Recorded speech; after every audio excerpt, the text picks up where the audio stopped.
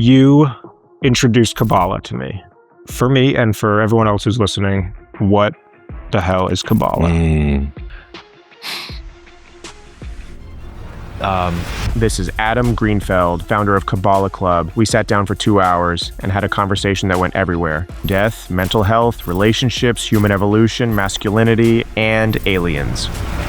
I believe that there is a large likelihood that we are descendants of living beings that didn't originate on Earth. Pre-Homo sapien versions of us were crossbreeded, and we were primates for like literally hundreds of thousands of years, and then all of a sudden there was like this massive spike in how evolved we became. How do you know that? Because we are in a simulation, and I am constantly programming my experience of the simulation. Everything we see and sense with our five senses doesn't actually exist, and it's like some type of very elaborate hologram. I don't actually know. I can't be 100% certain all the people in my life are real and that I'm real. Do you think a lot about death? I just had this like weird feeling that like I was gonna die young and that like I had a lot less time than everyone else here, and I had to get to work. I had to like make my mark, and I think feeling of intense pain. There are parts of me that are just like a 7-year-old boy in a 41-year-old man's body, and they come out in the weirdest ways. Random insecurities, random fears, random bolts of anxiety, shutting down. Right now I just feel like I want my mom. The dudes who are assholes to women, what do you think's going on with these guys? Certainly the one and only thing that we are truly in control of is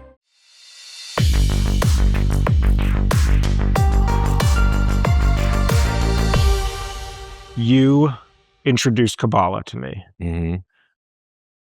And you started Kabbalah Club here in Venice. For me and for everyone else who's listening, what the hell is Kabbalah? Yeah, that's a good one. So Kabbalah is basically like an ancient wisdom that predates the Western religions. And for me, you know, I grew up Jewish, and I never really connected with like the religion side of things. I always felt like it was like steeped in guilt, and it was like steeped in like dogmatic stories that didn't really resonate with me. I was like, why are we honoring something that happened like 5,000 years ago, and why do I have to stop everything that I'm doing? Like, it just didn't make sense to my logical brain. Kabbalah is basically the underlying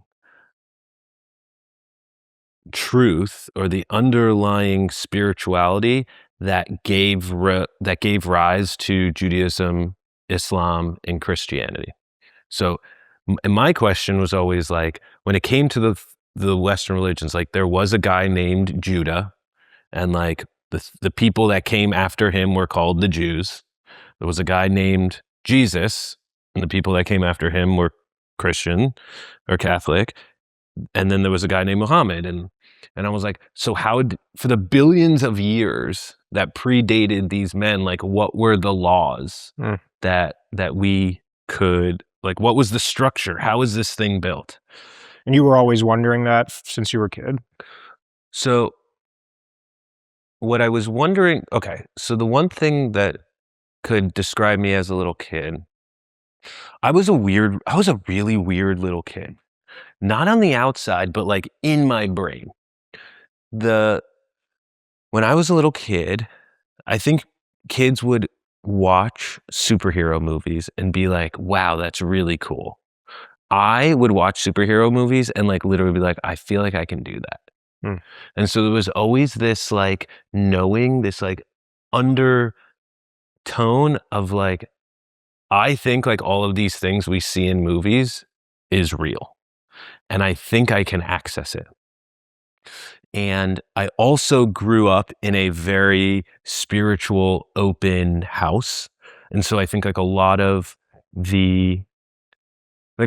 it came from like my parents, who just had these insanely, like my mom and my dad, they just have like this crazy open mind.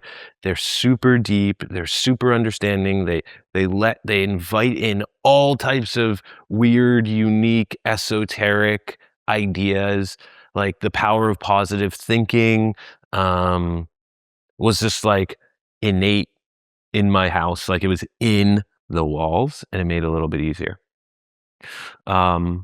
And so the thing that really drew me to Kabbalah was, so in college, I started to get like really curious about some of the more Eastern philosophies. And then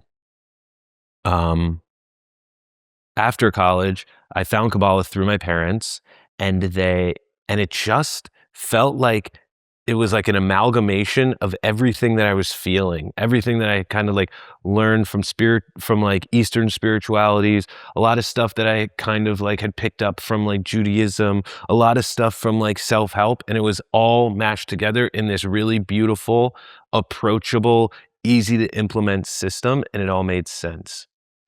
One qualm I have with Judaism, and I think a lot of religions, is they have a hard time answering the why question. Like, why did it happen? And a lot of times it gets to the point where it's just like, because the documents say so. Kabbalah, there's never a moment in Kabbalah where it's like, because the documents say so. There's always a reason, and the reason is never because something happened 5,000 years ago to this person. It's always like that story occurred which hides a secret that can impact me now. So everything we're doing, it's never like honoring our forefathers, which I think is fine and great. It just doesn't excite me. Like, I want to see how these things like impact my life right now, my growth, my transformation, my evolution. Yeah. So you started a club. I started a club. But before I even get into that, like, what about it got you so excited? Because I remember that first time you came, you were like, you knew right away, like it hit something in you. Like, what was going on in you? Yeah. Well, the timing of it, I think, was really important for me. I was still very new to Los Angeles for the most part, mostly in the sense of community. I didn't feel like I had much of a squad here, much of a crew.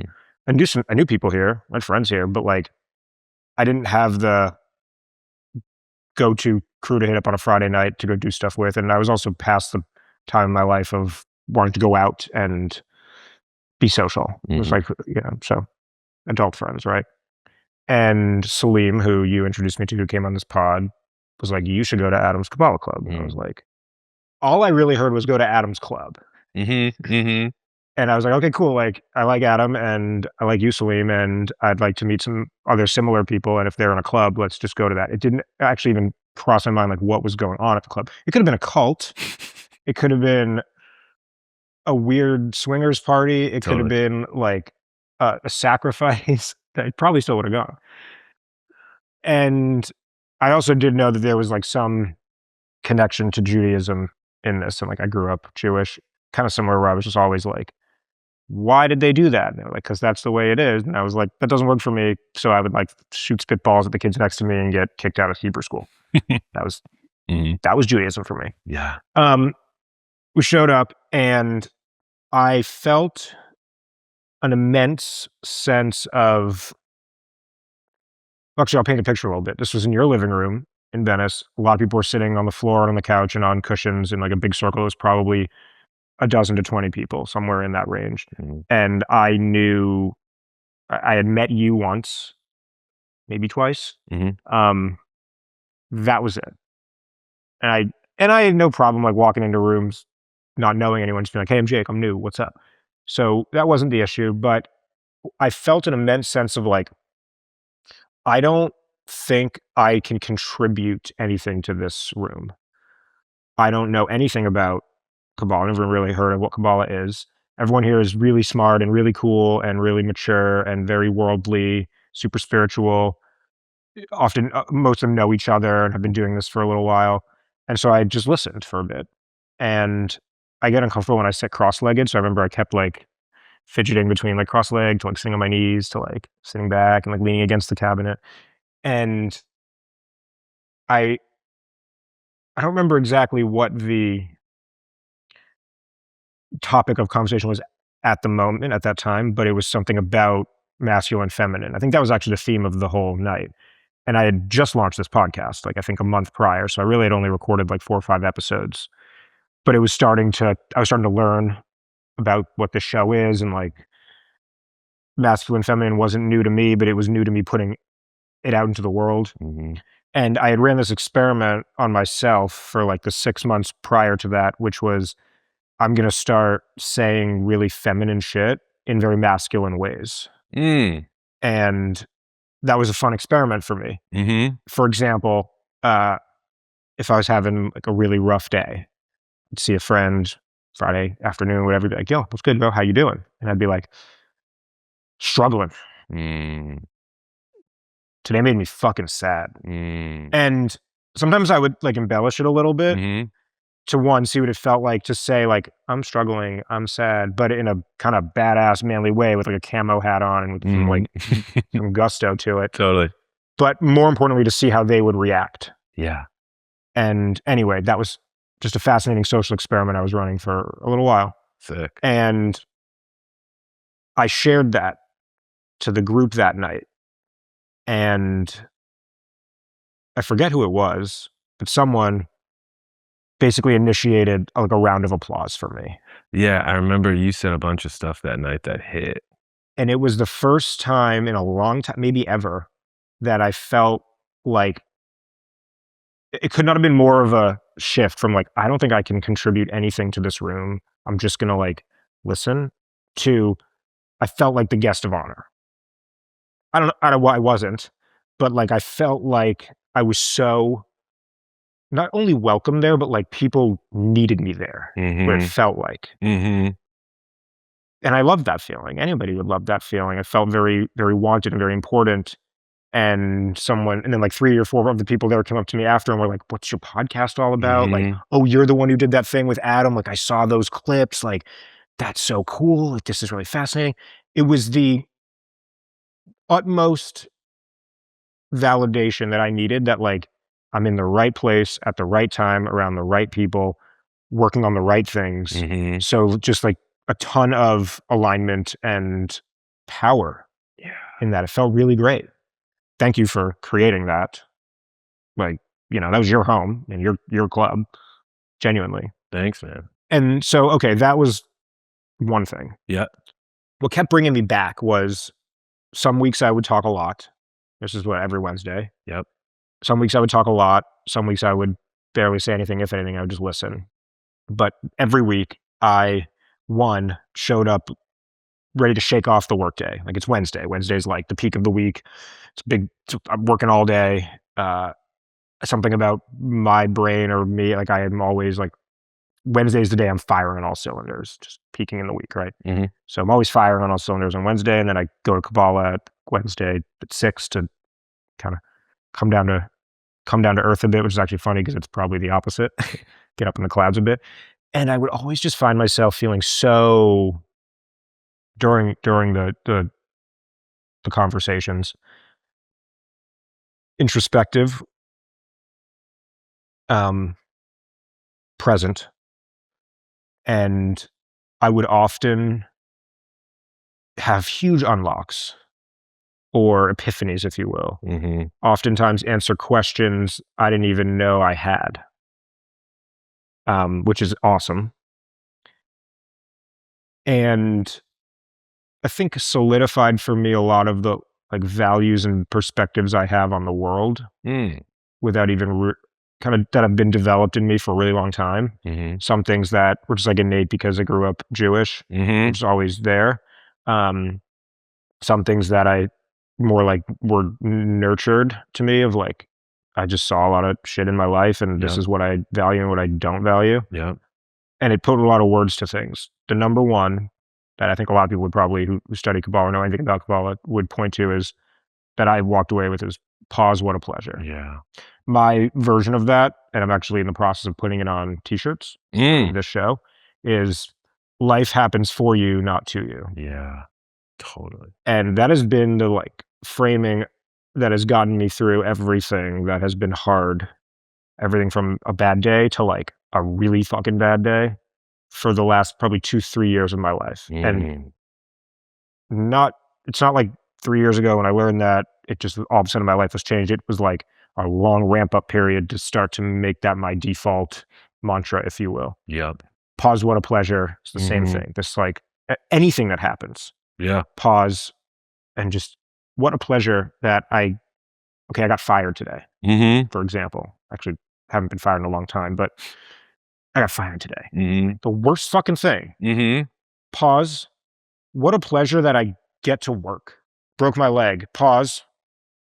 What a pleasure that I got to experience that feeling of intense pain. And now I learned something. Like whatever, you could easily frame the positive out of it, how this is serving me. And to just be in a room where that is the vibe and a lot of the main takeaway. Yeah. It's a room I'd like to genuinely be in every week. Yeah. And it started out small and intimate and a dozen or so people. Some were like 7 people at times. Yeah. That's a high level of like what Kabbalah was for me right when I stepped into your living room. Yeah. I think you said two things that really stuck out at me. One was the one thing I'll add to pause, what a pleasure. And the way that I am able to get to that pleasure, like to uncovering when something out of my expectation happens and I am able to insert like this pause, like this space before I completely drop into complete and utter despair or complete and utter panic. Like adding a little bit of space and making that like a habitual muscle helps everybody. The challenge is always like, how do I make this a pleasure? The one thing I'll add to that is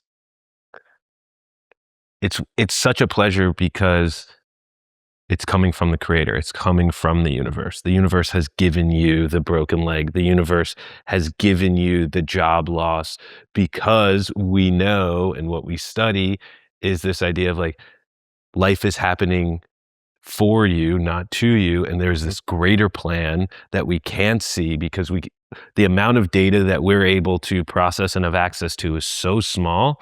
And to know that everything that's happening to us is coming from the universe, and it is precise and it is exact and it is perfect. And what a pleasure that even though in this moment right now, this fucking sucks, like I know this is from source. This is from, the universe or the light or God, whatever it is, whatever words we're using for it.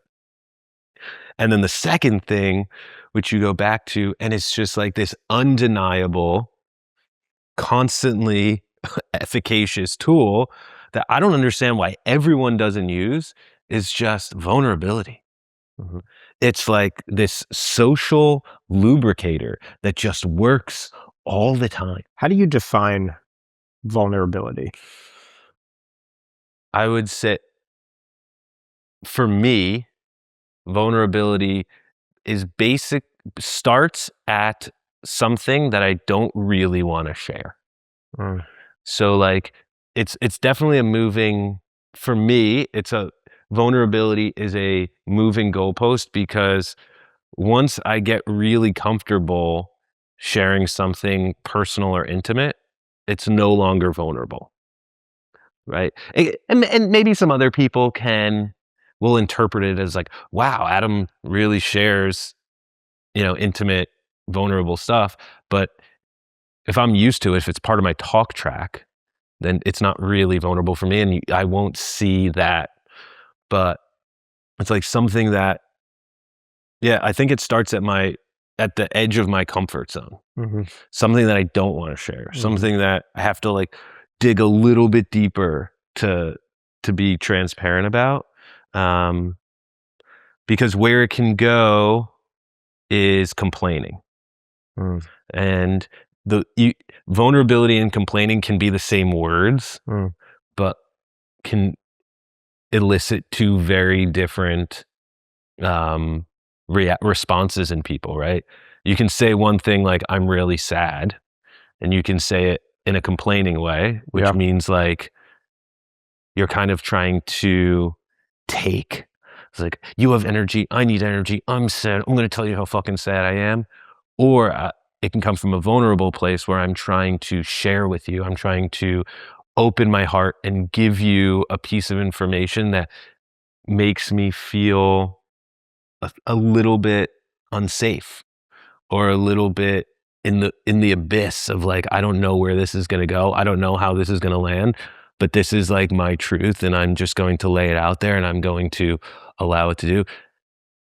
That's when it works. That's when people are like when you shared that night, and whenever you're vulnerable and it works, it's like that whole room knew unequivocally it was deeply uncomfortable for you to say that and to share that. And whether their logical conscious brain registered it or not, they could feel it in their body. And that's why those 15, 20 people were like, whoa, this guy's special. I'm just going to like frame it like this. Never thought of it like this before, but I don't know if this is the right way to put these words, but like, is vulnerability a muscle? Yeah. Is practicing vulnerability like training a muscle? And I think of it as, it's hard to do. It's uncomfortable. As you share things vulnerably more and more, you get better and better at it. And then it becomes less scary and less uncomfortable. And then you can lift more weight. You can get more vulnerable. Totally. And you kind of keep just like scratching the edge of the surface of it each time with no end goal. Like there's no end to it. Yeah. I don't know. Because there's so many layers of us that we can constantly excavate. Yeah, I love that. It is a muscle. We had a guest on one of my podcasts, so I'll give him a shout out. Alex Song, I don't know if you know Alex. He's the CEO of Proxima AI. Really cool dude. And he was talking about how, as a leader, CEO, but you can swap any type of leader, and it could be the leader of a family or friend group or business or team. Being vulnerable for the sake of like this modern new wave culture of like, it's good to like open up your closet, right? And kind of helps other people feel like they can share as well. By doing it tactically like that, it's actually very vicious, or I forget the words he used, but I heard it as like, that's a strategy, and it's inauthentic, and it's almost weaponizing. Whereas on the other hand, like genuine, authentic vulnerability is not seeking any sort of specific reaction or movement from people. It's actually more just the practice of like being vulnerable. What are your thoughts on that? He's right. Anything that's done proactively can be recategorized as a strategy. Anything, any tool, and then I guess it can be weaponized. It can 100% be weaponized.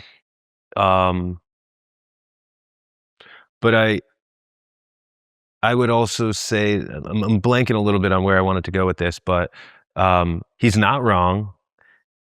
But it's also important to realize like there's a bunch of these things that if it's done with pure intention and it's done because you want to get closer to people, choose your own adventure. Totally. Choose your own adventure. Yeah, like there's plenty of times where, I have in my toolkit like a million things that I can do to get people to like me. And there are seasons in my life where I feel really insecure and lonely, and I know I can go to these things and like get people to give me energy and get people to give me attention and get people to be my friend. It doesn't last, but it keeps me going. Yeah. So yeah, he's not wrong. I think the danger with framing it in that way is like, it would be sad if people stopped using it, because I think it helps both sides. I think he would agree with that. Yeah. But it's true. I have a question about loneliness for you. Yeah. You entertain a lot. You host a lot. Yeah. Less so now, but yes. So in the, your old place, you had a couple people that lived there, Yep. gorgeous home, Yeah. incredible meeting space, community space. What was it like for you to have, 25 people in your home on a Wednesday night every week, and often also on Friday night for Shabbat, and probably I'd assume for Sunday morning brunch, and there's always people around. So let's go to this specific scenario. 25 people are in your house for 4 hours on a Wednesday, and then everyone leaves and you go to your room and shut the door and you're alone. How do you feel in those moments? When it came to like Kabbalah Club, and it came to like any of these things that are like like these deep spiritual open conversations, when it comes to hosting Shabbat dinner, those things always lit me up. Yeah. Because they're like generative. Yeah. Sometimes when we would have like the big parties and there was like a lot of drinking and some drugs, and like it was just like going so late, and there was like a bunch of people that were there with different intentions, I think my body feels that. And there was definitely a bunch of times in the last 6 months that we lived in that house where we would have like a big party, and as soon as people started coming, I was like, yo, can I go to bed now? And I think like, and I go through seasons. I go through seasons where I remember when I was hosting a lot of these like founder events when I first came to Venice, I'd get like 100 people, 200 people in a room for breakfast on a Friday morning. And at the beginning, it felt really great. And then towards the end of it, I was just like, yo, I do not want to be here. And so all of these things go through seasons, and my vessel for it changes. And I just need to be like honest and upfront with myself about that. Yeah. And like when it feels expansive, great. And when it feels like I'm being drained from it, then I stop. But when it comes to the spiritual stuff, when it comes to like, I don't make any money from this. It's not a business. There's nothing I'm getting out of it outside of like connecting, channeling, asking questions, being around people who are going through their process and seeing parts of themselves and understanding parts of themselves and hearing a concept that they needed to hear, even though they knew it, but it was like something happened that day, and they like that shit always lights me up. But yeah, it's a good question. Like, and that's one of the main reasons I like downsized so much and got a smaller place and moved in on my own, because I needed like a season in which I didn't. I needed to be alone for a while. Yeah. And I needed to hibernate for a while, and I needed to like share my energy with one person rather than 100 people. And that feels good. And, and then you feel the voice starts talking again. It's like, okay, is it time to get a bigger place? Is it time to start hosting more? Yeah. And you just heed the call whenever it happens. I try not to think too much. When you gather people, you host, you just cultivate community, for lack of a better term. Do you have a bigger mission in mind with this than I want to have a good time tonight and like give other people a good time? Nope. Everyone's like, no. I have no, like, when it comes to business, I am like the vision fucking guy. I want to see like 10 years in the future, where this company is going, how we're going to change the world, this, that, and the other. When it comes to all of these, like the Kabbalah Club and there is literally no plan, no agenda. And like, and that's almost the plan. Like yeah, no plan. And I kind of delegate like where this thing is going to my mentor and my teacher, Benjamin, who's kind of like, who no one's ever met before, doesn't even live here, but is behind the scenes, like kind of like giving me instructions, telling me what to do, what I'm going to talk about, what the topics are going to be. And like, so I kind of have like outsourced the vision and where this thing is going to my teachers, my mentors. The creator gives me like an inspiration. Hey, we need to host tonight. Boom. Let me invite a bunch of people. Everyone needs to be together. I have no agenda around that. I would feel a lot more comfortable if I had a very clear vision on where this thing was going, because then I can build it and I can bring in the right people. But like, I have no vision for this. I have next question for you. Yeah. 2 parts. Yeah. Part 1, when you look out at society these days,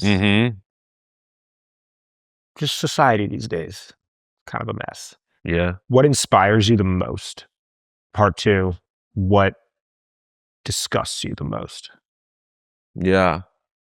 Well, as soon as you asked that inspiration question, the first thing that came to my brain was the one thing that inspires me the most is this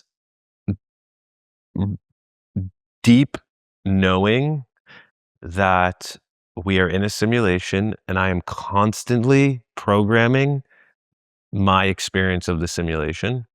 How do you know that? I'm trying to trick myself into believing it. I've heard enough really smart people talk about simulation theory in a bunch of different ways. You know, all the spiritualities basically talk about talk about simulation theory. Simulation theory is like what the scientists call it. So I like using that because How do you define it? I mean, basically that everything we see and sense with our 5 senses is doesn't actually exist, and it's like some type of very elaborate hologram that's going on. And and there's like really smart people with a lot of letters behind their name and degrees, and including Elon, that are like, yeah, there's like a really good chance that this is a simulation. And you know, you have like all of these experiments, like the double slit experiment, which I didn't fucking understand forever, and I just started to understand like what it actually meant. Was like this idea that physical matter is like constantly rendering and re-rendering and has the ability to render once it's observed. Like the mindset that like this guitar up here is not here until I look at it, and then very quickly it kind of renders into view, and then like now I remember it's there, so I think it's there, but it's not. Totally, it's not there. And then now like, it's there. Totally, yeah. And just like the physical makeup of that guitar, if we go down to the atomic level, it's 99.999% space. But for some reason, even though everything is made up of particles that are 99.99999% space, it somehow feels solid and I can't put my hand through it. And when so many people for so many centuries say the same thing, like, I'm not that smart. Like, I have to take this into real consideration. And so if I allow conspiracy and fear to deeply penetrate me, I will create an experience of reality that feeds into that.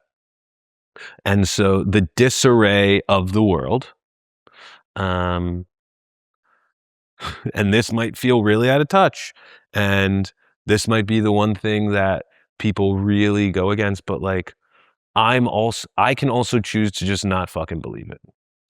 And I while at the same time having deep compassion for the total and absolute horrendous things that are happening, in the Middle East and the people that are being killed and the governments and the fucking Epstein stuff like makes me like literally nauseous. Like I had to tell my girlfriend to stop talking about the Epstein stuff, especially after Friday when the like big dump happened. Mm-hmm.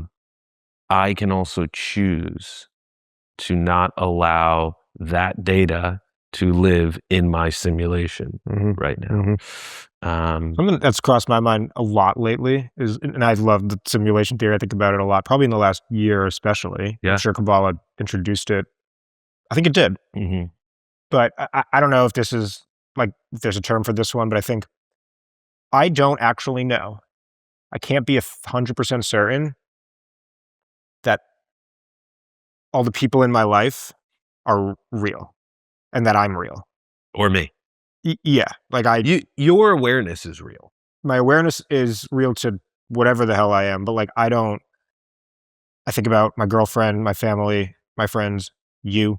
Like I can't verify genuinely that all of you are actually real and here. Totally. For all I know, I could be hallucinating all of this, and like maybe there's just one being, and all of us are just little like nerve endings on it. I love that theory. I don't know.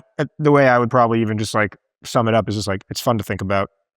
Yeah. Then move on with my day. Yeah. And it's all kind of, and even that is heady and like out there and like kind of opaque and weird as that feels. Like that is also directly related to pause, what a pleasure. In that, like, if you really pause, look back and be like, okay, the creator is sending me this, the universe is sending me this, what a pleasure. You're basically being like, everything is not real. It's all, a really elaborate, well-programmed video game. And Adam is being sent, the avatar that I consider to be called Adam is being sent to me to teach me a lesson. The avatar that I call my guitar is being sent to me to teach me a very specific lesson. And it's all kind of very intentional. Yeah. And it's all the same system. It's all the same thing, just scoped out, pushed in. Let's come back then to the other question, which was what disgusts you? Because I got to ask this on this thread, which is like, what do you think is the meaning of life? So I subscribe to the Kabbalah's kind of like framing of the meaning of life, which is basically just to grow and transform and get a step closer to your perfected self. So, Kabbalah talks about reincarnation. I deeply believe in reincarnation. And it's interesting that we're having such a spiritual conversation, and I am also deeply controlled by my logical brain. And so one thing that I love about Kabbalah specifically is it very much accepts science and like loves science.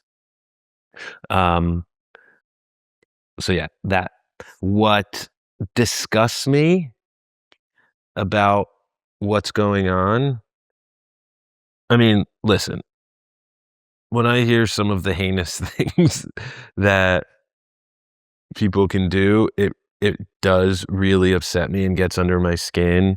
And sometimes it like boggles my mind how ruthless and evil people can be. And I understand that everybody is at a different level and needs to learn different lessons. And I want to try to have trust that the universe, like everyone's at a different place in their evolution. What's your answer to those questions? Inspired and disgusted. And disgusted. A lot of things inspire me about society. Disgusted is a really strong word. That shows it by design. quite frankly, nothing immediately comes to mind for either. I'm going to have to like gnaw on it for a second, but let's run that. I'm inspired a lot these days by, I think, a lot of people, especially in my world, and like I live in Los Angeles, and before this I lived in Brooklyn. Before that I lived in many parts of Colorado, and before that I grew up in New York. So I've lived in very, like, I would say, awake places. And health and wellness thrives in all three of those places. Meaning there's a big health and wellness culture in all of them. Brooklyn is different, but like Boulder, Denver, Venice, it's big. And I love it. And these days I notice, actually, here's the answer to what disgusts me and inspires me at the same time.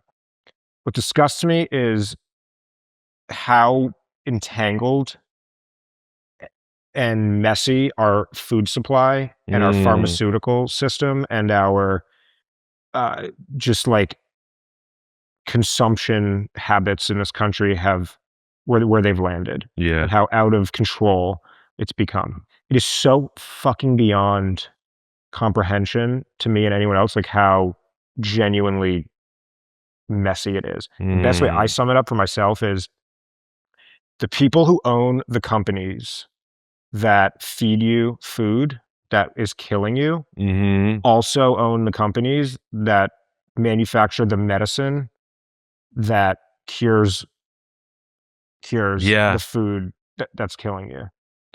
Cures the diseases that the food is causing. Shit. Shit. And it's like all public information. Just keep following the money to the top. It's the same few private equity groups that we've all heard of. And yet people don't know this. They ignore it. And then we complain about why we don't feel good and why we have man tits and why our periods are all out of sync and wacky. Like, this stuff is not normal. What inspires me is that people are waking up to this. And it's the beginning. I mean, every week now, every day, some product that I've been consuming my whole life turns out causes cancer. Yeah, like totally. This week, bacon. World Health Organization says bacon is a class 1 carcinogen on par with tobacco. Whoa. And a few other chemicals that will give you cancer. I'm like, fuck. Last week was a different thing. That I know. So like that really bums me out. That we just are in a country that wants to kill us because it makes them more money than keeping us alive. Yeah, it blows my mind how people can hear like really big, earth-shattering information and then forget it or not let it really affect them. Like all the ET disclosures. What are these? Extraterrestrial disclosures? Yeah, all the extraterrestrial. I love new those. Me too. It's so fun. Me too. But it's like, dude, like we're at a place now where like unequivocally there are. That one inspires me. There are. This is the way I frame why we should be so inspired by extraterrestrial life, aliens, in my opinion. There is so much incredible beauty on Earth and in our existence, that why in the world would God or Source or the Creator just give that to one planet? Totally. Just save that for just us. Yeah. Like, nah, there's just no way. Yeah, the ET stuff really inspires me as well.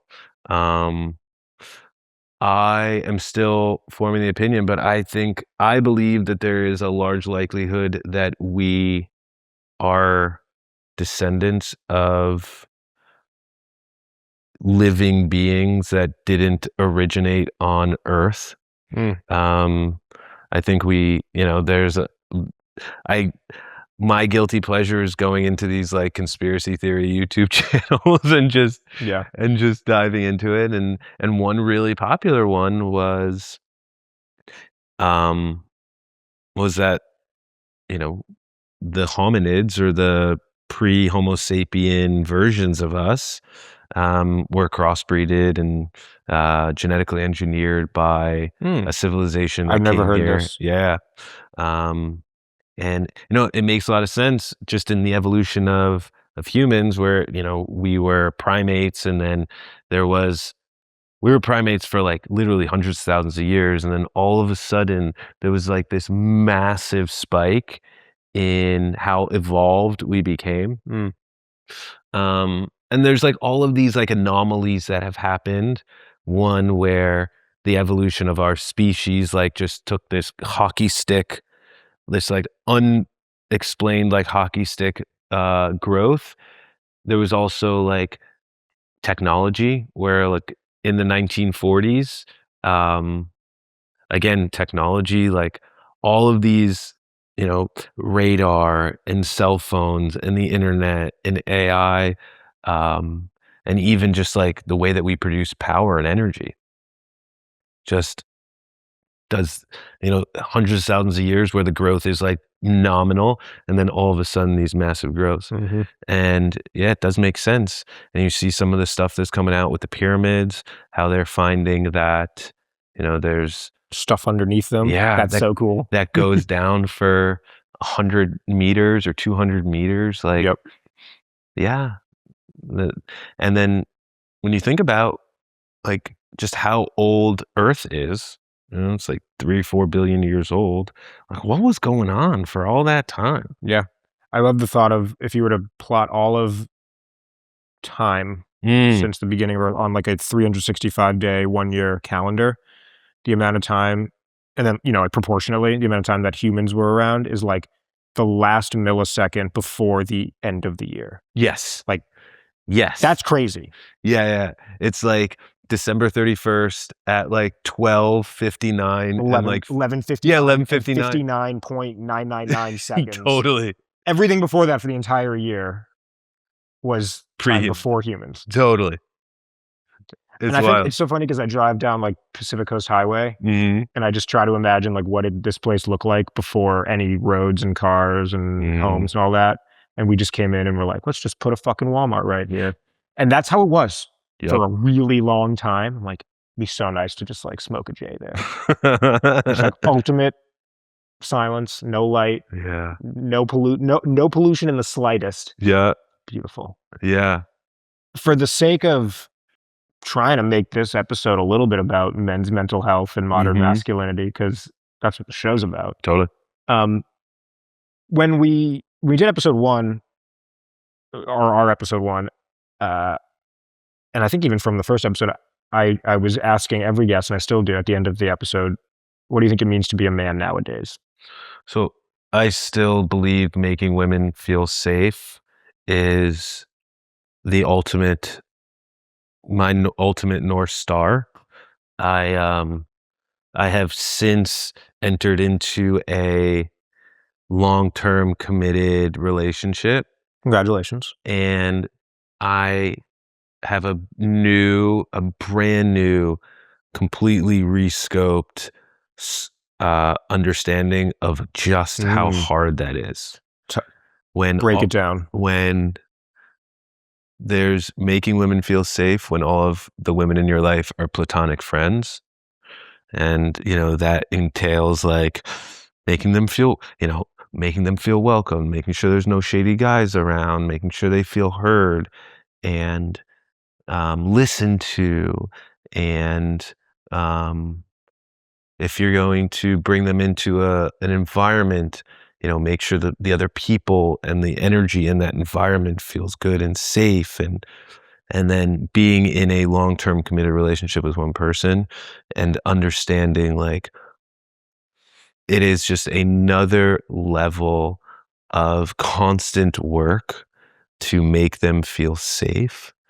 And I would say, and that is kind of my new framing on what it means to be a man. For me, it is this courage and bravery to constantly be getting better, and improving and seeing your darkness and seeing your faults and knowing that you can change and improve them. Nice. Yeah. I was talking to my girlfriend about this recently. I'm going to give her a little shout out. I love her so much. She is definitely my favorite person. She's fucking awesome. Mm-hmm. And recently, I was saying to her, you know, I don't really know how my closest guy friends treat their partners and the girls that they go out with. And I like to think that the guys I've chosen to be my best friends, the ones I would have in my, you know, as groomsmen, are great guys, and that they treat women well, and that they help women feel safe, and, you know, that like I'd go to bat for them in that regard.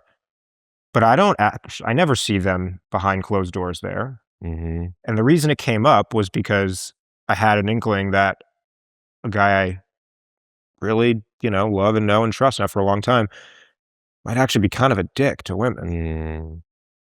How do we hold our closest guy friends to a high standard? How do we react with them? How do we handle it when we find out maybe that they're not keeping women safe?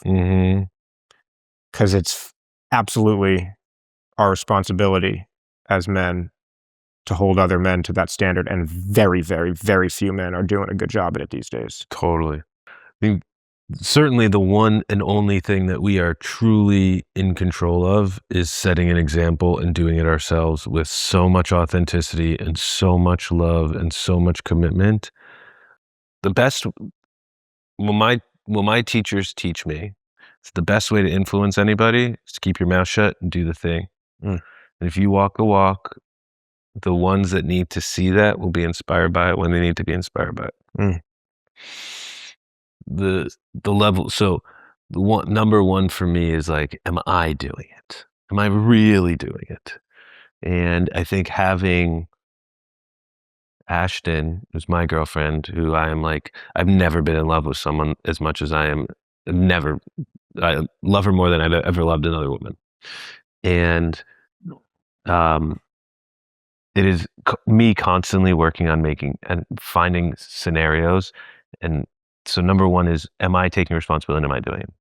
Second is, if you are heeding the call of like, I need to say something to this guy, the first question I think we need to ask ourselves is like, do they have a vessel to receive it?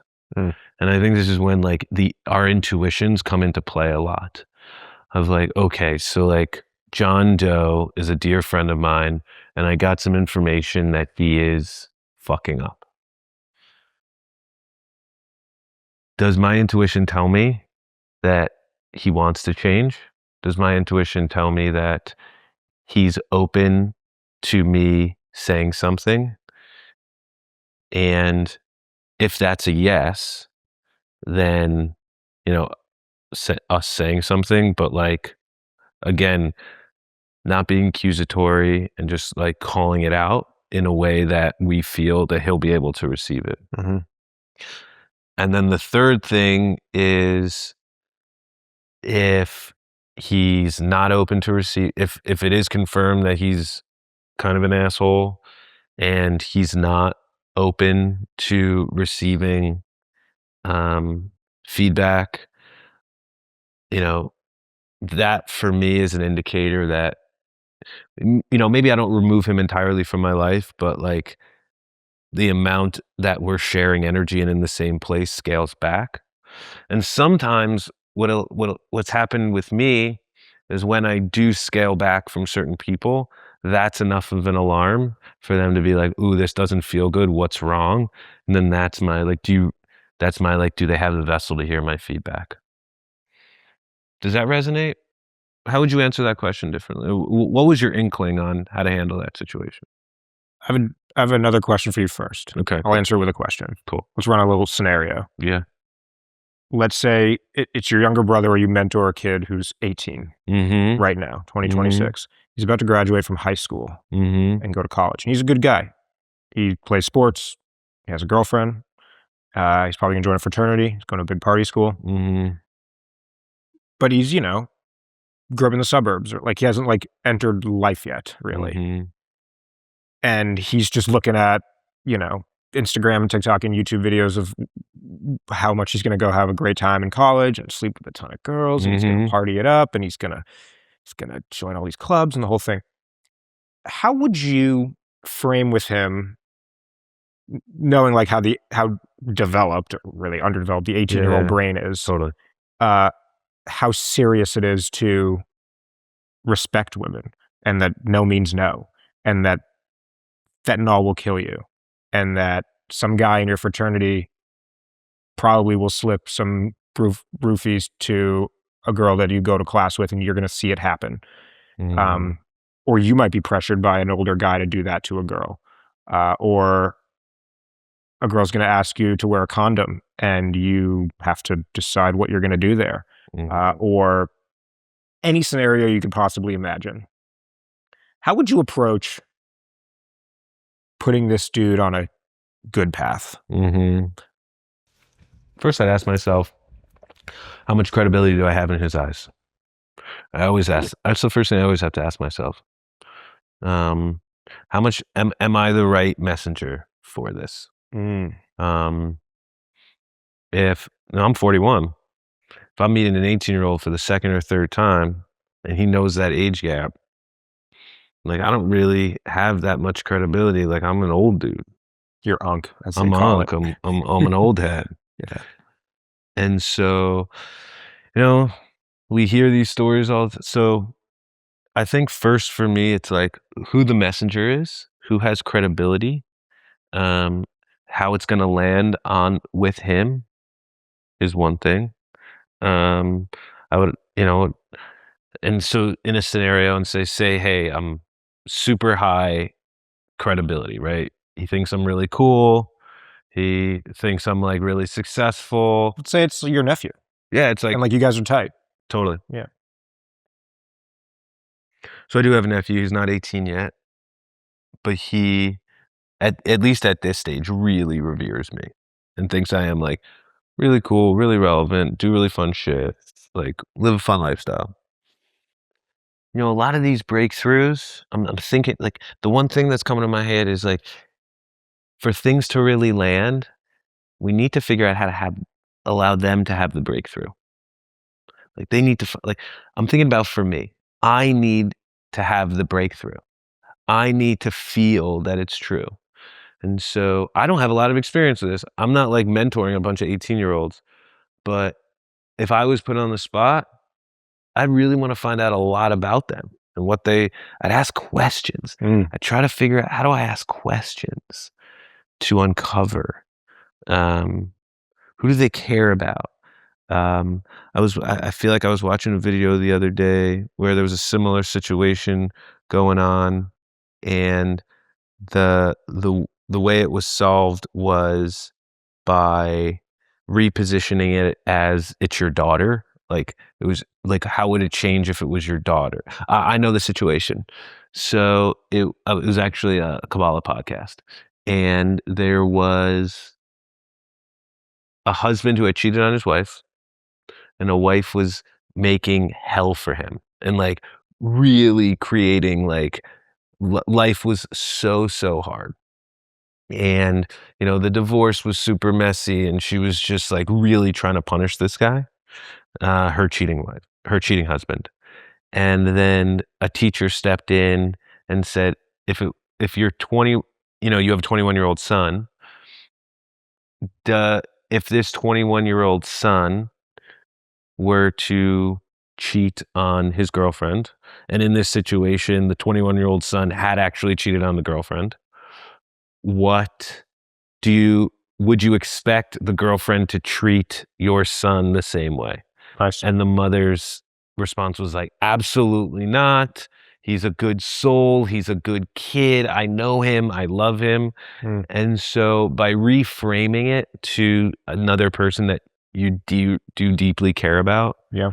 um, if they have a sister, or they have a niece, or if they have like a female cousin, or they have a female best friend, I would try to tell those stories through the frame of like, or what if, imagine your mom went to college. Imagine a guy in college roofied your mom. Like, and try to create some, what would you do in that situation? Oh my God, I'd rip his fucking head off. Okay. Imagine your little sister was having her first sexual experience and she asked the guy to wear a condom and he didn't. What would you fucking do to that guy? I'd rip his fucking head off. So yeah, I think questions and then reframing it to people that so am I credible? Asking questions and then reframing it into situations they actually give a shit about. I have twin brothers who are 18 years old and about to go to college. They're my half brothers. We're tight. And I plan to have this conversation with them sometime between now, which is February, and August when they go off to school. And they're both going to 2 different schools, big party schools. And they're good looking, awesome kids. They're going to do great. And I'm not exactly sure how to approach the conversation yet. I think I have a few better ideas now, though. So thank you. You're not going to do it the same for both, even though they're twins. They're both. I'm not sure. I'm sure they're both different. They're different. Yeah. I don't know if it's the 3 of us in the room together. I don't know if it's 2 separate conversations. My intuition says 2 separate conversations. Yeah. First, I thought what I would do is I'd sit them down and basically be like, if I ever find out that you do any of the following things, you will see a wrath that you have never even come close to seeing in anybody. You will see it in me. You will never forget it. So fear. I'd fucking kill you. You think I'm joking? I'll fucking kill you. Your older brother. I thought about that for a bit. I'm like, is fear the best way to go about that? Because then when he's in the room and he's 8 drinks deep, 16 drinks deep, and all these guys around, his testosterone's pumping, he's getting his fucking wife beater, like these kids smell like shit, and it's the moment. Is that fear gonna, the thought of me ripping his jaw in half, is that what's gonna help him make the right decision? I don't know. So then I thought maybe, actually Alyssa, her suggestion was, maybe here's another idea. Let him know that I will never be able to look at you the same way the rest of your life. So it's not really fear, but it's still fear. The utmost disappointment. Like I can never look at you the same. It's fear of disappointing you, yeah, but it's still fear. Yeah. It's another idea. But I think the most important thing, and I had this with my dad, and it's amazing. First, I think this starts long before they're 18. This is like since they're a kid. Whether they're your kid, they're a younger sibling, a nephew, whatever it is. First, and I'm curious what tactics can be done to create this culture, but it's the culture of you can come to me with anything and it's safe. No judgment. You're in a bad situation. You're about to get a ride home from a kid who you saw drinking. You call me. I don't give a shit where I am or what time of day it is. I will always 100% of the time drop what I'm doing to come pick you up, get you home safely. We don't have to say a word about it ever again to anybody. Just know that. You took some fucked up drugs and you're feeling off. Same deal. Totally. There's a bat phone, there's a number, whatever. I got you. You won't be in trouble. We never have to speak of it. I got you. Because then when the kid's in the moment, I think you want to train them to have that intuition that something's off right now. Totally. And then train them to listen to it. And then step 3 is follow the protocol. You can just call me and I'll get you out of the situation. Yeah. And one day you will be the one to do that for the next person. And otherwise you get sneaky kids doing fucked up shit. I think, that was high school for me. And I think I exercised that 2 times. Hey dad, safe word. I'm there in 20 minutes. Go step outside, step out of the mailbox. I got you. Totally. I really appreciate that. Yeah. And I think the same goes with your woman, homies. We need to have these with each other. Anyway, for anyone listening, I'm curious what the move is here. Parents, neither of us are parents. I'm curious from a dad perspective, what's the move here? A mom perspective, what's the move here? Yeah, this is an interesting one. But most importantly, it's it takes a village. Yeah. Like this is the next generation, Yeah. right? Like boys need to be better. Yeah. And those who they're modeling after these are our peers and our parents. Like I can't comfortably say that we're at large modeling a great system for them. Yeah. That disgusts me. It's definitely like a culture, like a reframing of like the culture inside the home, and like the culture within the friend group, and the culture within the parent child dynamic. So it's not like, hey, they're 18, like I need to like make sure that it's something that it needs to kind of grow up in. And again, in a perfect world, in a utopian society, God willing, I will be able to raise my kids where things like this are not taboo, where drugs are not taboo. We just talk about it all the time. Sex is not taboo. Yeah. I think like the reason maybe like when someone gets really drunk and really high and they get that animalistic sense, they want to like take advantage of a girl. If we trace that back through like the psyche and what's going on, the reason that that's so exciting is because they know it's wrong. And that's a driver. A lot, there's like this taboo of like removing the innocence and taking innocence. And so if we start from the beginning and we just live lives in which these topics are not taboo. Drinking is not taboo. Like we don't have crazy drunk driving issues in Europe because they've been drinking since they were young. Yeah. It took me a little bit longer than I wanted to, but like I speak very openly with my 80-year-old Jewish parents about my psychedelic use. And I just decided one day to remove the taboo from it.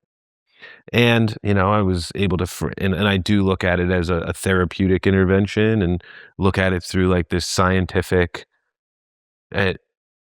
and so it removed this, it no longer became this thing that was bad. It was this thing that was good. And, we didn't talk about sex in my house growing up. And, I didn't have the greatest relationship with sex.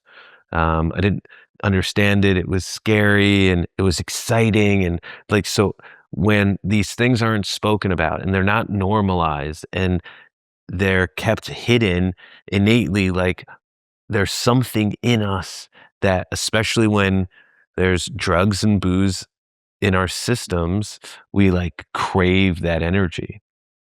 So yeah, like who knows if I'll actually be able to execute it. And I remember reading some of the comments from that one riff I went on where people were like, yeah, it's great to get parenting advice from a guy that doesn't have kids. So here's a guy that still doesn't have kids giving more parenting advice. But like that's the vision. That's kind of the household that I would like to uphold, is like make it safe to just talk about everything. It's going on. It's not necessarily a bad thing. There's a reason that all of these things exist. There's a reason that booze exists. There's a reason that drugs exist. There's a reason that sex exists. It has a positive pole and it has a negative pole. In America right now, a lot of these tools are kind of pulling at the negative pole, but we don't have to. Yeah, that's kind of how I see it. I mean, I think it nails. So what you just said is like, make it safe to talk about anything in the household. That to me, if we're going to like start to have takeaways and formulas and shit, because we love as guys takeaways and formulas, just like make it safe for people to talk to you about anything. Yeah. Don't fucking erupt and lose your shit. Yeah. If they come to you with something, like it was hard enough for someone to probably come to you with something scary and you blasted them for it. Dick. Like, be grateful they tried and came to you. My God. And I also feel for the men that erupt and blast them, because that comes, like, if my son were to come to me with a deep, vulnerable truth, immediately in my body, I'd be like horrified, scared, and more importantly, I'd feel like a failure. Like, it reflects on me as a father. So I understand why fathers respond like that.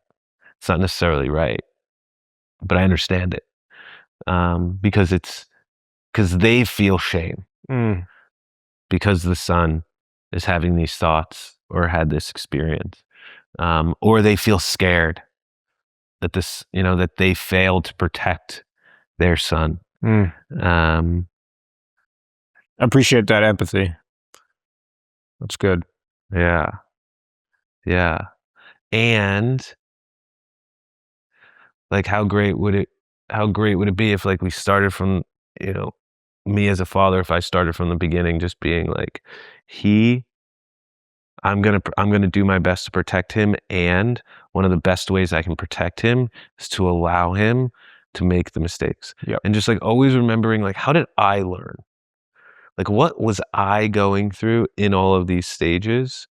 Um, at the end of the day, like, all the truths that I know deep in my heart to be true, I had to come to those realizations. And it wasn't anything that my parents ever told me. The things that I learned from them was how I patterned their behavior. So they have remarkable, my parents behave in such an incredible way. They also speak in an incredible way, but it was not really never anything that they said. It was how they showed up, how they persistingly, like, constantly loved me, day in, day out, showed up, sacrificed. That's what, like, really was ingrained in my bones. Have you read Scott Galloway's new book yet? No, tell me about Notes on Being a Man. It's really good. There were a lot of things that I took out of it. it. I really like Scott Galloway. Yeah, me in too. general. I do too. Scott, if you're listening to this, come on the show one day. Like, you're the perfect guest for Prof, this pod. we need you in Prof this chair. G. One of the early chapters, he was talking a lot about, raising great kids. And he's like, I haven't talked to my wife about this yet, but I want I think it's his daughter, after she graduates high school, if I'm not mistaken, or before she goes to college, I want her to road trip with one friend across the country in my car. Because a lot of things are going to go wrong. You're going to run out of gas. You're going to lose your wallet. You're going to go the wrong way and be like, I'm in the middle of fucking nowhere and it's freezing. I don't know where I'm going to sleep tonight. And you will learn an enormous amount about how to handle shit. I'm always a phone call away, but like, you call me because you got a flat tire. Great. All right. You're in Missouri. I can't come get you. But like, what do you think you need to do right now? You have no cell service. Okay. Hey, can you open the manual to see how to set up a jack and change the tire? Like, figure this shit out. I really like that. And it's wild to me that he needed to publish that and tell the current society we should let our kids do stuff like this. Whereas 1 or 2 generations ago, it was like, remember we were a kid and there was the commercial every night. It's 10 p.m. Do you know where your children are? Like, think about that. It's 10 p.m. Do you know where your children are? We had to like ask parents. Yeah. Do you know where your children are at 10 p.m.? Like, that doesn't exist anymore. We turned out, I think, well, I don't know. Did we turn out just fine? I think we turned out exactly where we need to. Yeah. And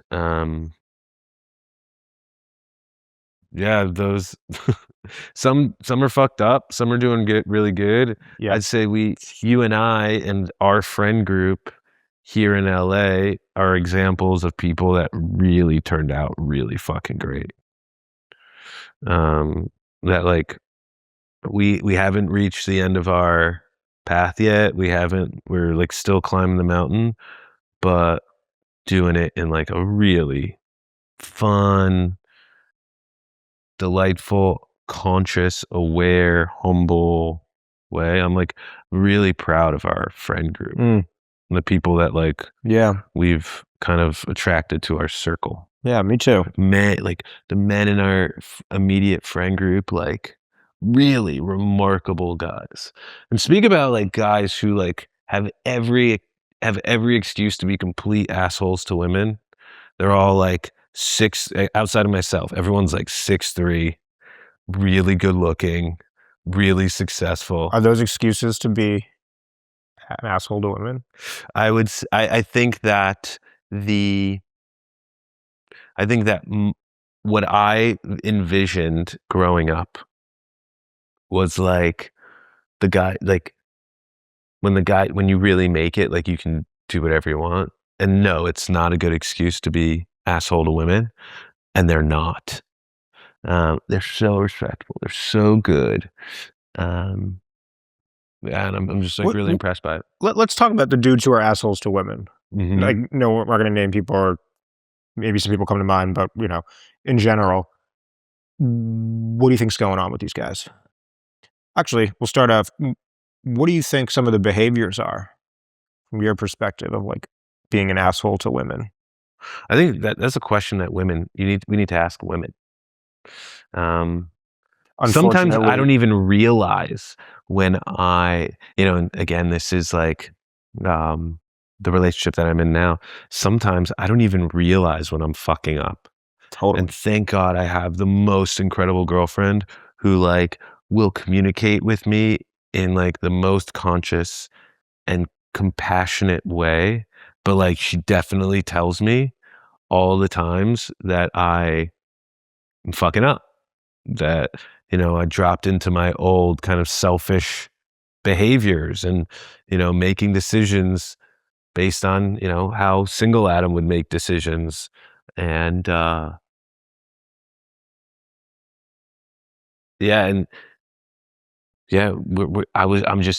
unconscious. Sometimes I'm just not thinking about it. And and just like I have to build those new grooves in my head. So the question is like, what do you think is going on in their brains? The guys that are like really disrespectful to women, dude, I don't keep a lot of those guys around.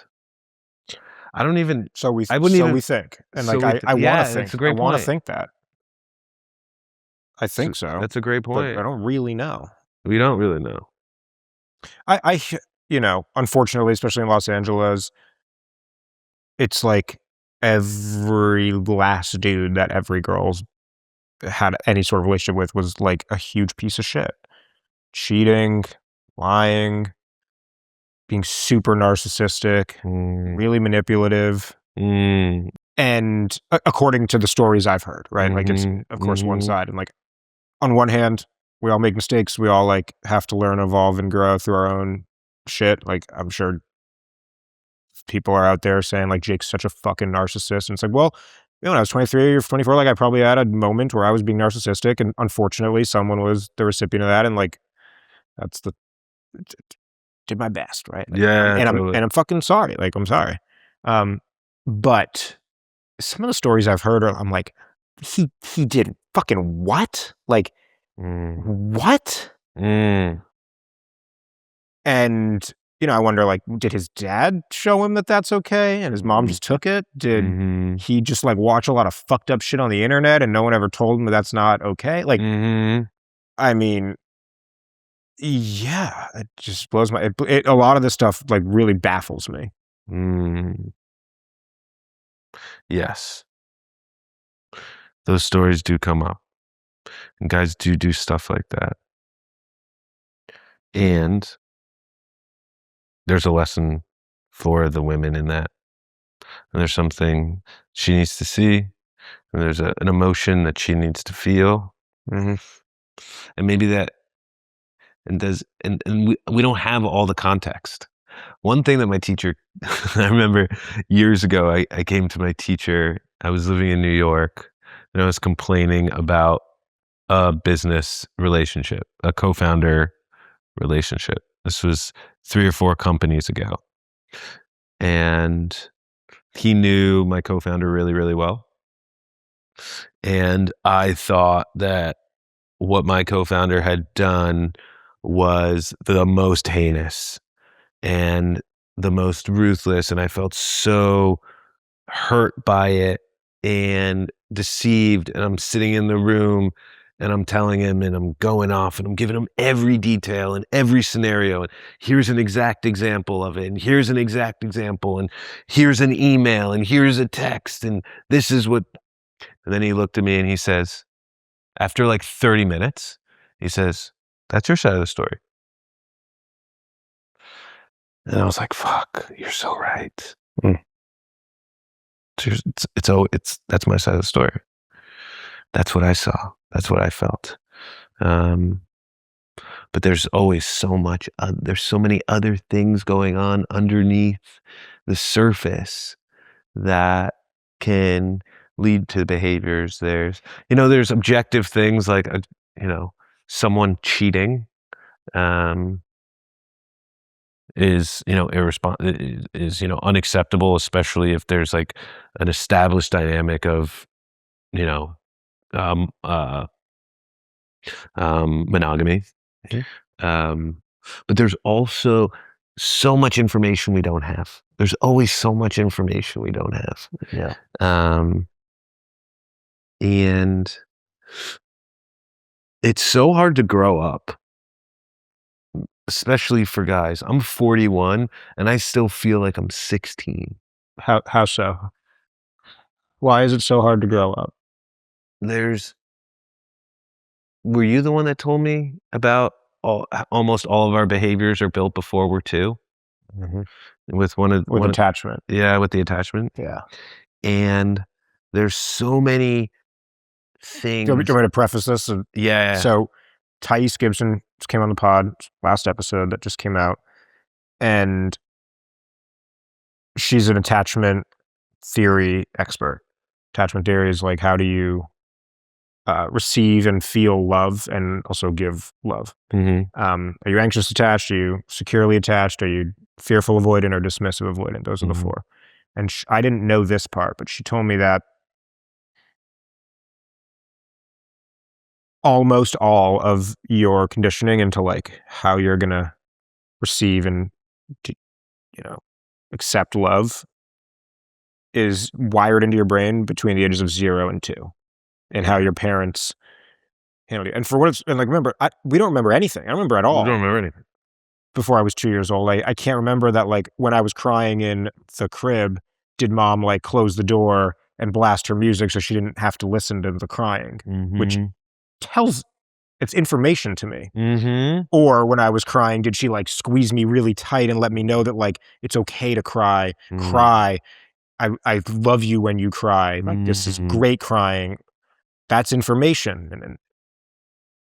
And there were lots of fascinating studies that have been done to prove that. So anyway, and for what it's worth, like, adults, no matter how old you are, you can totally unlearn that stuff and like rewire your brain around these things. So like, you're not stuck forever. Totally. Really fascinating. So yeah, we talked about that yesterday. Yeah. You and I. I mean, I'll be the first one to admit it. There are parts of me that are just like a 7-year-old boy in a 41-year-old man's body. And he comes out and they come out in the weirdest ways with, random insecurities, random fears, random bolts of anxiety, shutting down, unannounced, when like, I've done all this work on me and I've studied so much and so many, this group of people really respect me. And right now I just feel like I want my mom. Like, I still feel that. And I'm so aware of it. And I've got all these people around me that are constantly calling me out and helping me develop and helping me see this. Like, I can't even imagine the 6 billion other or 3 billion other men that don't have this level of access to wisdom, friend group, mentors, guides and they're just like living with these like 2-year-old traumas that are constantly coming up and they have no idea what it is, that are just like hijacking their system. And that's basically what I mean by like, it's really hard to grow up. There are these little boys in us, and I worked for a long time with a remarkable IFS, like internal family systems coach. And she really like helped me understand like all of these different parts or voices, or entities or personalities that are in me, kind of pulling and being insecure. And yeah, it's we're super complex beings. And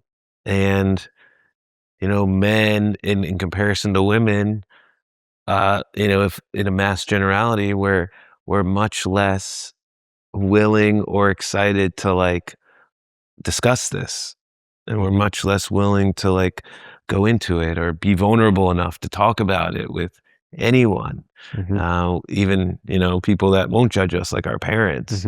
um, and so when men do stupid shit, it's inexcusable, but I understand. I understand. Like we're really, we're really fucked up. And to your point, like we can totally change it. We can totally change it. Aside from, and for what it's worth, like helping women feel safe are huge priority. Like it's a very important and valid and big reason to evolve as men. What are other really important reasons why we should be evolving ourselves and men around us? Well, if we look at, I think we don't realize, but like one of our, I want to say two things. One is, what we don't realize is our greatest goal is to just get better. Like if you look at the things that men love to do, we love to play sports. What is like the one thing about sports is like, it is just this constant feeling of getting better. We love working out. It's just this constant Playing with feeling our of getting better. tools, fixing stuff. We love fixing stuff. We love making stuff. We love building companies. Building company is like this forced mechanism to just get better and just improve. The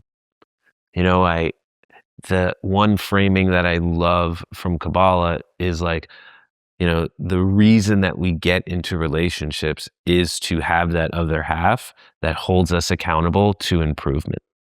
And, a big misconception that a lot of people have is like, we get into these relationships because they need to make us happy, and they need to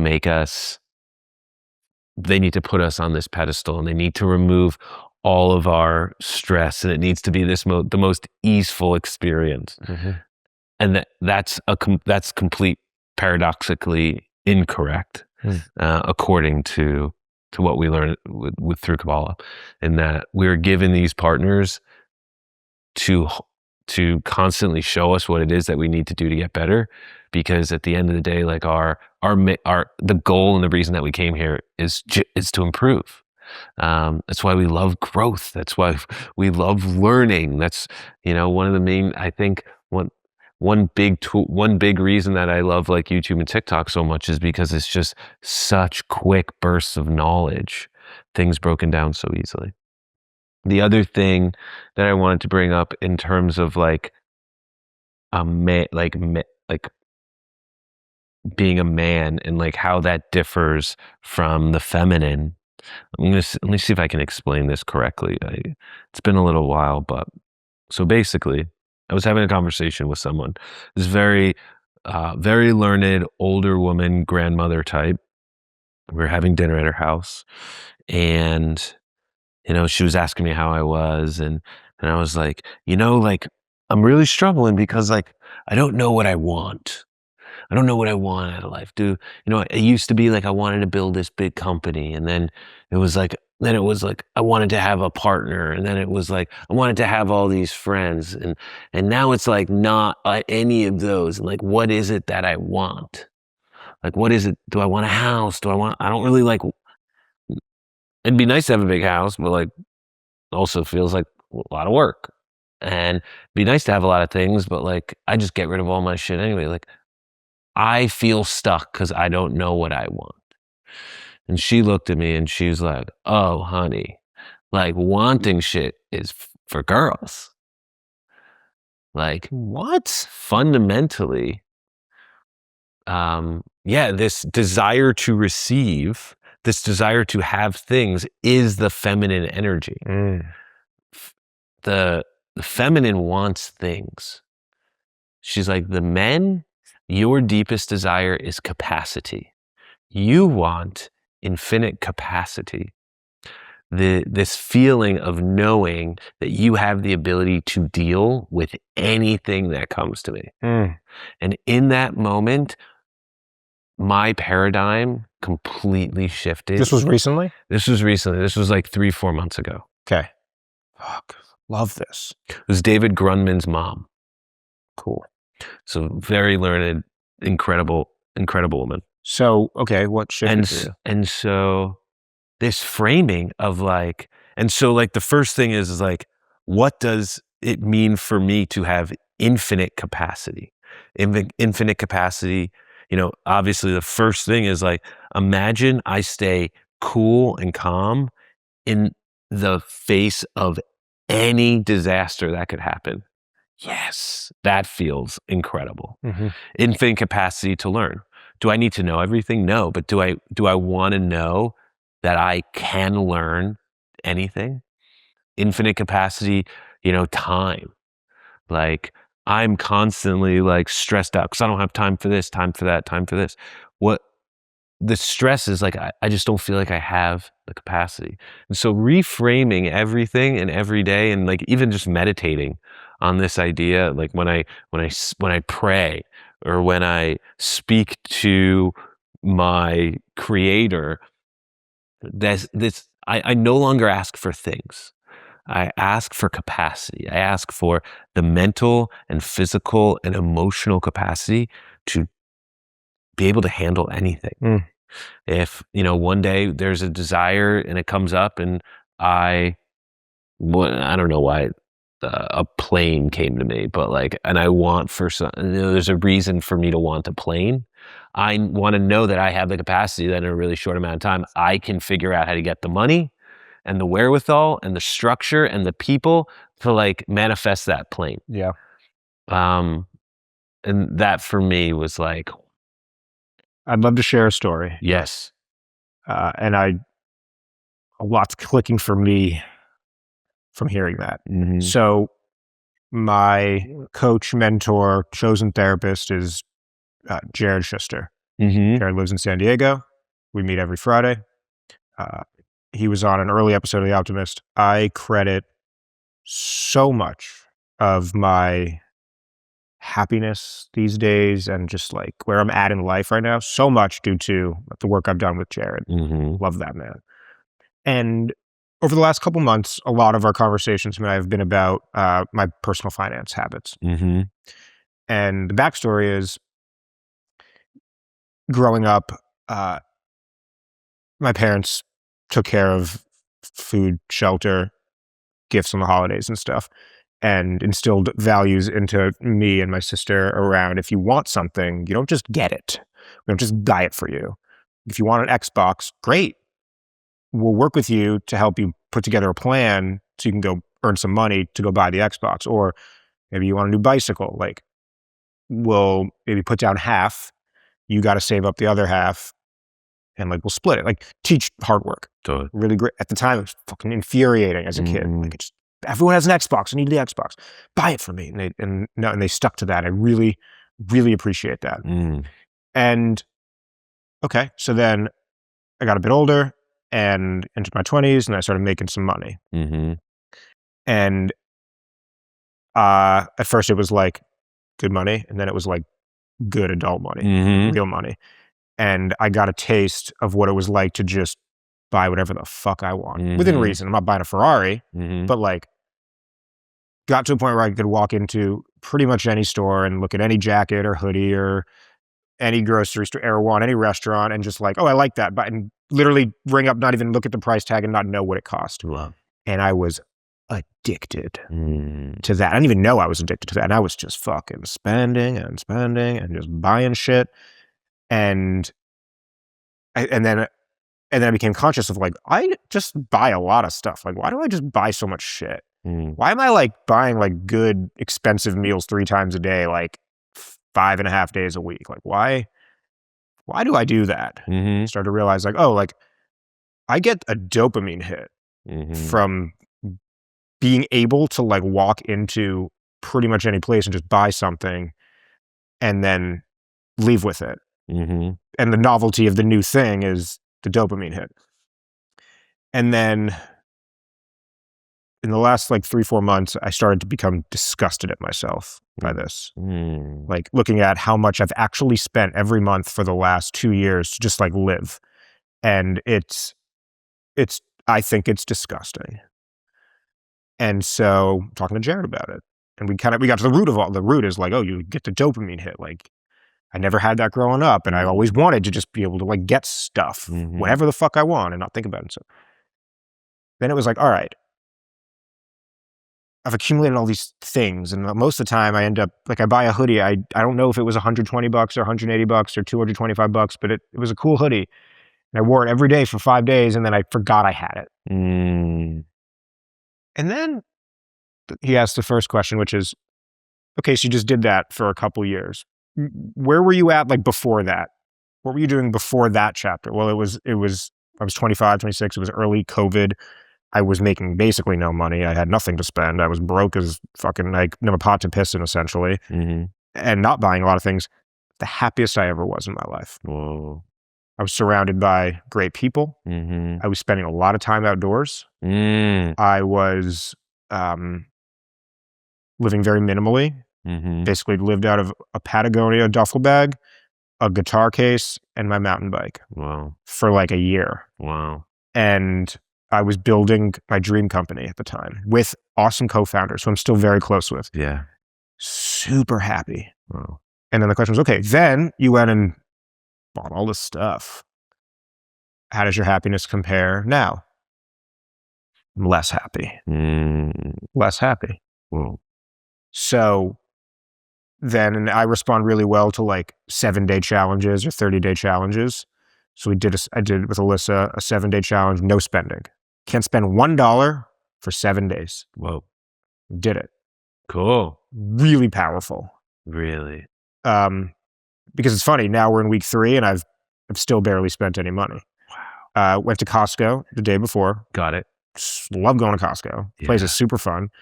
Loaded up on food for the whole week. Cooked every single meal 3 times a day. Almost all of them together. Yeah. Made a bunch of new recipes. Felt unbelievable all week because of how healthy I was eating and how much fuel I was getting. And then also just how proud I was of myself of like starting to break the habit. Yeah. And then Jared said the thing that is going to make it clear why I'm sharing the story right now. He said, you know what feels a lot better than walking into any store and buying whatever the fuck you want? Walking into any store, knowing that you can buy whatever the fuck you want and not buying it. Knowing you can have all of this, but you don't need it. You refrain from buying it. You can go put the hoodie on at the store. Take a mirror selfie. And then take it off and say thank you and leave. That feels fucking good. The capacity to know I can have all of this is providing me with a lot more freedom than actually having it all. Yeah. I have this huge bag that's empty. Yeah. Like that feels a lot better and lighter than having this huge bag that's fucking filled to the brim with stuff you can't even work through and it's fucking hurting your shoulder. I've never heard the capacity piece like that, and I really, really like that. By the way, everyone should do the 7-day no spending challenge. It's actually on my bucket list, 300 things to do before I die. Wow. With 7 days without spending $1. Way easier than I thought. Thought it'd be really hard. I resisted it for a year. Resisted doing that for a year. And then I finally did it. Great week. What else is on the the bucket list? There's a lot of things. What's one that's coming up now? And what comes to mind? Yeah, what comes on? My favorite one, that's the most heartbreaking, is to hold a loved one's hand when they die. Yeah. It's broken into categories. Do you think a lot about death? I used to think about death all the time as a kid. I had a terrible fear as a little kid of dying in my sleep. Whoa. I mean, like almost, I mean, look, this was the late 90s, early 2000s, so like there was no diagnosis for shit. And these days we would definitely call that kid like, what's the word? Like narcolepsy, is that the word? Like you can't sleep? Yeah. Is that what that is? No, that's when you fall asleep. That's when you fall asleep all the time. The opposite. Insomniac. An insomniac, thank you. This kid is an insomniac. He needs some drugs. That's probably how the world would classify me now. Whoa. Because of fear of, and at first it was absurd. Like I remember vividly being like 5, going into my parents' room. I can't sleep. It's like midnight. They're like, what's going on? Why not? They're like, and I was like, a tiger's going to come kill me in the middle of the night. I had a wacky imagination. Yeah. Then it was like the house is going to burn down. So my awesome parents, they got the local fire department to come over one afternoon and show me that it's not going to burn down, and if like some fire safety. I got to go in a fire truck. And then I remember years, middle school, high school, I just had this like weird feeling that like I was going to die young. And that like I had a lot less time than everyone else here, and I had to get to work. I had to like make my mark. And I think the movie Pay It Forward did that to me. You know that movie? That little fucking kid changed the world and he died. And I saw that when I was 10. And that movie is so special. Yeah, I gotta watch that again. Me too. OG. Haley Joel Osment. Yeah. Before Kevin Spacey had his shit. Fucking guy. But that, yeah, and so I would think about death a lot. These days, I think going to college and beyond, I just kind of stopped fearing it or caring about it. Now, look, I absolutely do not want to die. I have so much about my present life that I love. And the thought of it not continuing is heartbreaking. I have so much about my future that I, not eager for, but just stoked about. The best days of my life have not happened yet. Yeah. I have not met all the people yet that are going to love me so deeply, and the people I'm going to love more than anything in the world. And the thought of not getting to experience that sucks. Yeah. And most importantly, what it would do to those who do love me, that makes me sad. Yeah. But on death, I think I have a bigger fear of like the getting sick, like the suffering leading up to it. Like getting cancer is like probably one of my biggest fears. Having to like go to bed that night after being told by a doctor that like you have X cancer. I don't know how people do that. I don't know if they do go to bed that night. Like you can't. And then having rude awakening, most of us have cancer in our body. I think we all do. Yeah. And just some is God more forbid. aggressive. I think I learned that in a nutrition class. Like we actually all have cancer cells. Some are just like a lot more than others. Definitely. It definitely doesn't start the day that you get the diagnosis. Stop eating bacon, basically. And it's one of the reasons I like am so obsessive these days about, really have been forever, but especially these days about like eliminating processed food, sugar, fucking, processed meat, all that stuff. But I don't, like, I'm kind of excited about like the beyond, like what's next, right? That does excite me. Yeah. I think that, I don't think about heaven and hell, but I think that like, I want to believe that like something else is waiting for me on the other side. And I get a kick out of all the theories and the movies and the books and everything about what's beyond. Yeah. I think I generally know your thoughts on death, but today, what are your thoughts? I think thinking about death can be a really incredible tool. I too was paralyzingly, I don't know if that's a word, but my fear was paralyzing about death, that I was going to die, that I was going to die young, that I wasn't going to be able, unfulfilled potential, that my parents were going to die. And now I would say my thought about death now is like, I don't know if it exists. I don't know, if it actually exists or our consciousness changes form. Hmm. From like a very logical standpoint, you have these near-death experience books, which are, it's not like two people have had near-death experiences and come back. It's like tens of thousands of people for centuries and centuries and centuries have basically had these near-death experiences, reported the exact same thing. They see the same thing on the other side. They have the same conversations. They're visited by this entity. They're not all woo-woo fucking crackpots. There's my favorite near-death experience book is called Proof of Heaven. It's written by this guy, Eben Alexander, and he's a neuroscientist. Went to Duke, worked at Harvard, like worked on the brain, and he had a near-death experience where he contracted meningitis. He was basically completely brain dead for 14 days.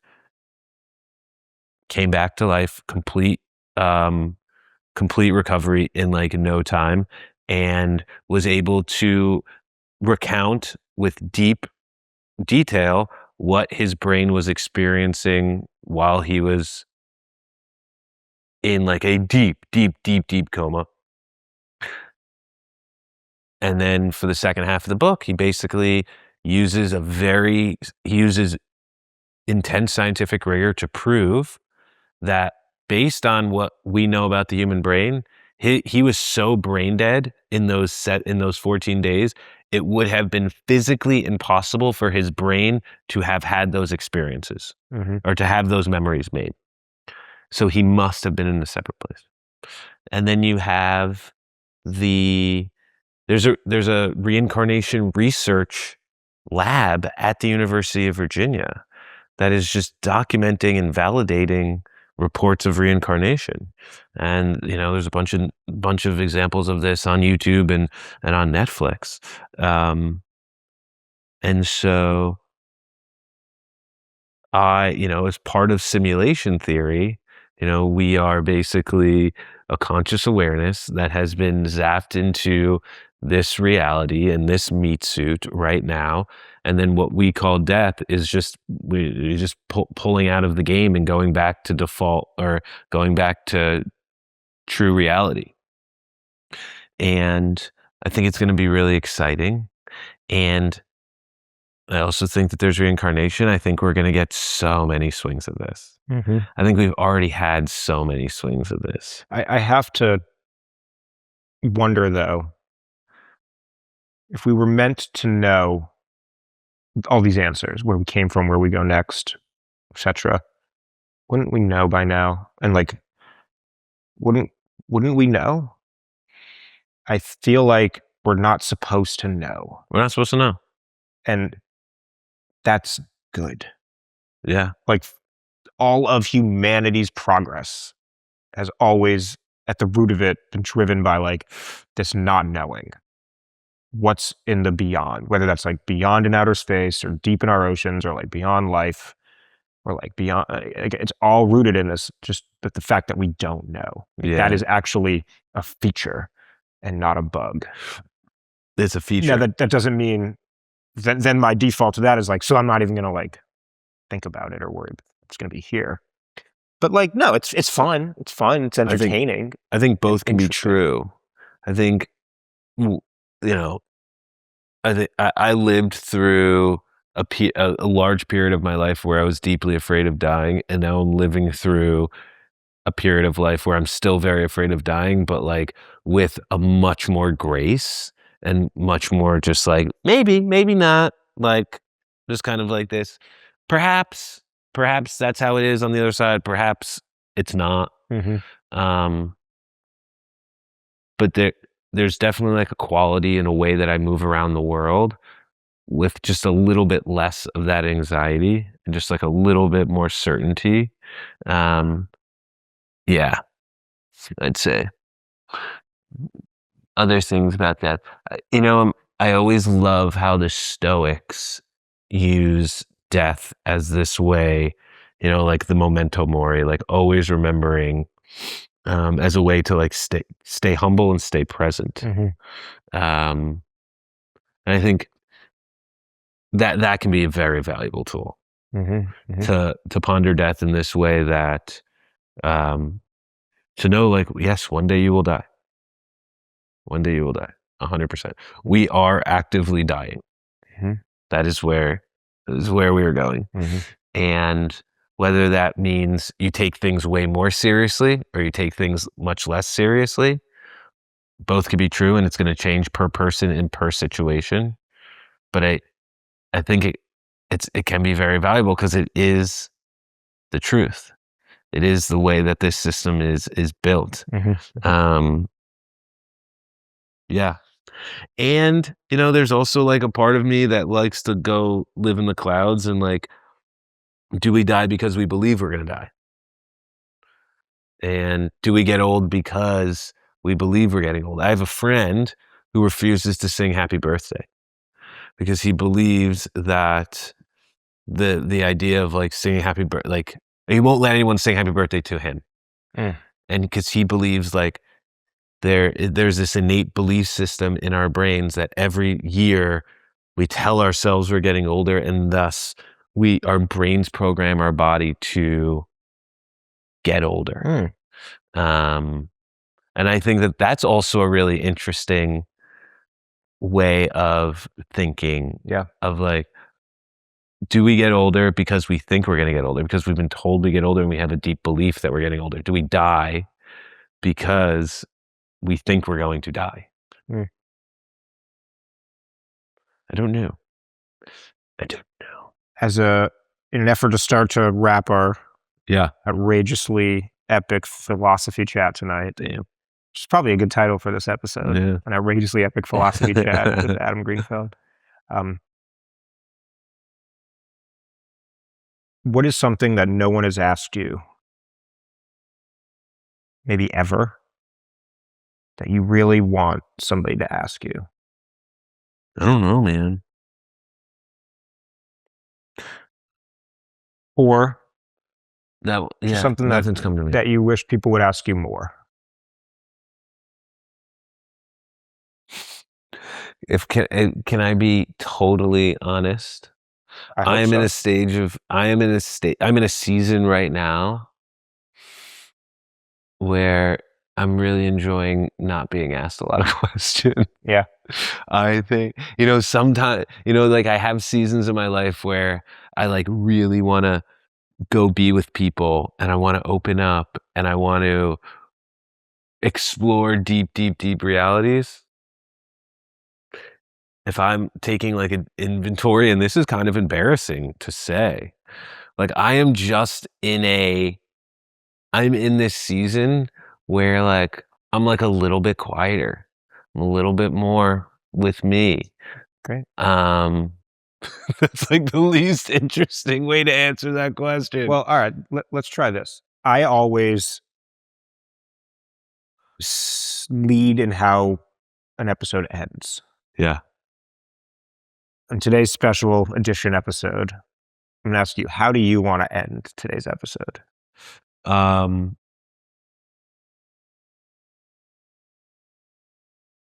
that is the last question. Yeah, I will ask This you. is it. I was listening to a podcast that Elon recently did with Peter Diamandis. And it was like 3.5 hours and it was filled with all of this really deep shit.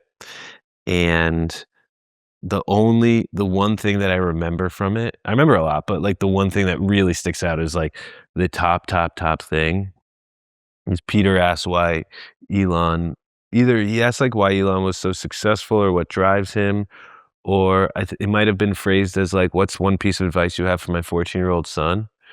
And Elon, just without hesitation, he's like, my curiosity has gotten me so far.